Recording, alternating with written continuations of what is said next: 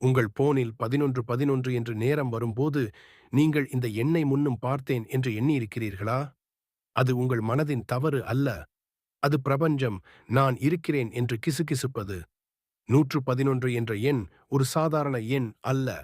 பண்டைய காலத்தில் இருந்தே பல ஆன்மீக மரபுகளில் இது ஒரு வாயில் எண்ணாக கருதப்படுகிறது. உங்கள் ஆற்றல் பிரபஞ்சத்துடன் ஒத்திசைவாக உள்ளது என்பதற்கான அடையாளம் இது. இதற்கு பின்னால் அறிவியலும் இருக்கிறது. உங்கள் மூளையில் RAS ரெட்டிகுலர் ஆக்டிவேட்டிங் சிஸ்டம் என்ற பகுதி உள்ளது. அது ஒவ்வொரு வினாடியிலும் கோடிக்கணக்கான தகவல்களை வடிகட்டுகிறது, ஆனால் உணர்ச்சி ரீதியாக முக்கியமானவற்றை மட்டும் உங்களுக்கு காட்டுகிறது. அதனால்தான் 111 என்ற எண்ணை அடிக்கடி காணும்போது உங்கள் மனமும் ஆற்றலும் உயர்ந்த அதிர்வெண் நிலைக்கு இணைந்து இருக்கிறது. அது உங்கள் ஆழமான எண்ணங்களும் விருப்பங்களும் நனவாகும் வழியில் நடக்கிறது எனும் எச்சரிக்கை. பலர் அதை கவனிக்காமல் விடுகிறார்கள். ஆனால் விழிப்புணர்வு பெற்றவர்கள் இப்போது பிரபஞ்சம் என்ன சொல்ல முயற்சிக்கிறது என்று சிந்திப்பார்கள். அது உங்களுக்கு பிடிவாதத்தையும் கட்டுப்பாட்டையும் விடுங்கள் என்று சொல்வதாக இருக்கலாம்.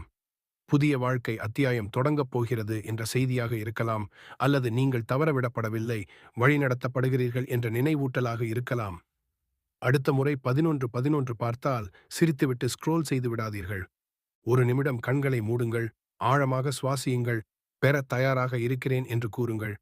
ஏனெனில் அந்த அடையாளத்தை ஏற்றுக்கொள்ளும் போது அதிசயங்களுக்கு கதவு திறக்கப்படுகிறது.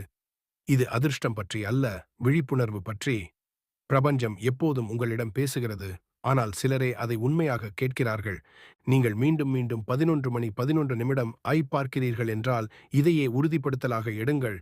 நீங்கள் ஒத்திசைவில் இருக்கிறீர்கள், நீங்கள் தயாராக உள்ளீர்கள், உங்கள் அடுத்த அத்தியாயம் ஆரம்பித்துவிட்டது.